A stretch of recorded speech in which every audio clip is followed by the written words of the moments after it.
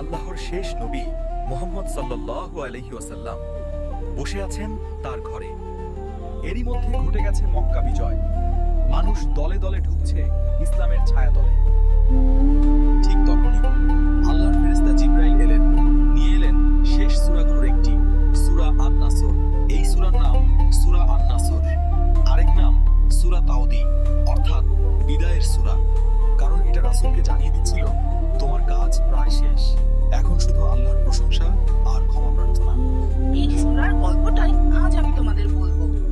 চলো হুমায়ুনের ঘরে যাই। ফিনিশ! আমার মক্কা টাওয়ার তৈরি হয়ে গেছে। এটা শহরের সবচেয়ে উঁচু টাওয়ার। আমি দুনিয়ার সেরা রাজা। দেখলে, অহংকার করলে এমনি হয়। তুমি তো এখনো টাওয়ার বানানোই শিখো নাই। রাজা হওয়ার বড় ইচ্ছা। তুমি কিচ্ছু জানো না, আমি বড় হয়ে অনেক বড় হব। তাকফিরুল্লাহ, এত চিৎকার কেন? উমায়ের, তুমি কি জানো আল্লাহর কাছে সবচেয়ে বড় মানুষ সেই যারা জয়ের সময় অহংকার করে না, বরং আল্লাহর শুকরিয়া আদায় করে। জয় পেলেও অহংকার করা যাবে না।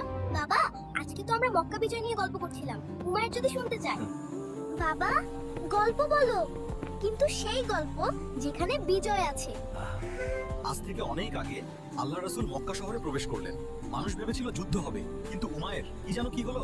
কি? আল্লাহ তাকে যে সূরা শিখিয়েছিলেন সেটাই তিলাওয়াত করলেন। সেটার নাম সূরা আন-নাসর। সেই সূরা কি আমার টাওয়ার বানানোর চেয়েও শক্ত? না বাবা, খুব সহজ, মাত্র 3 আয়াত। তুমি কি শিখবে? হ্যাঁ, শিখবো। তাহলে আমিও বড় জয় পেলে অহংকার করব না।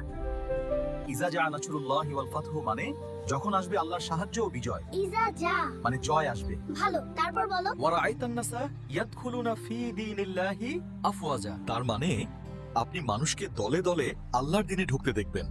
মানে সবাই ভালো হয়ে যাবে। ফাসাব্বিহ বিহামদি রাব্বিকা ওয়াস্তাগফিরহু, তার মানে তখন তোমার রবের প্রশংসা করো এবং তার কাছে ক্ষমা চাও। ইন্নাহু কানা তাওয়াবা, নিশ্চয়ই তিনি ক্ষমাশীল, তাওবা কবুলকারী। আল্লাহ তাওবাকারীকে খুব ভালোবাসেন।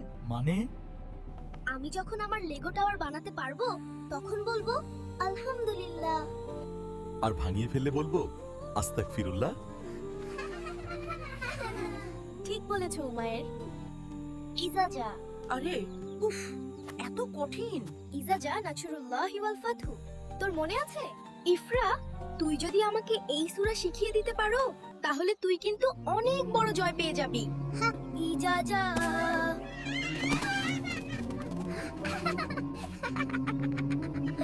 বাবা, আমি পারছি না। সূরা আন-নাসর মনে হচ্ছে না। আমি কি কখনো বিজয়ী হব? উমায়ের, বিজয় মানে শুধু মনে রাখা নয়, তুমি চেষ্টা করছো, তাওবা করছো, আর ভুলে গেলে আল্লাহর কাছে সাহায্য চাচ্ছ। হ্যাঁ।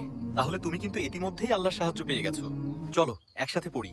ইন্নাহু কানা তাওয়াবা, মানে উনি তাওবা কবুল করেন। বাবা, আমি বুঝতে পেরেছি। জয় পেলে আমার অহংকার করা যাবে না, বরং আল্লাহর প্রশংসা করতে হবে, আর হারলেও ধৈর্য ধরতে হবে। দারুণ, তুমি আজ সত্যিকার বিজয় অর্জন করেছো। খাবার রেডি। সবার আগে উমায়ের এসো। ইফরা, তুই আমার কাছে পরীক্ষা নিবি? আমি সূরা আন-নাসর ঠিকমতো বলছি কিনা দেখবি? চলো, আগে খাবার খাই, তারপর তোর পরীক্ষা নেব। বিসমিল্লাহির রহমানির রহিম।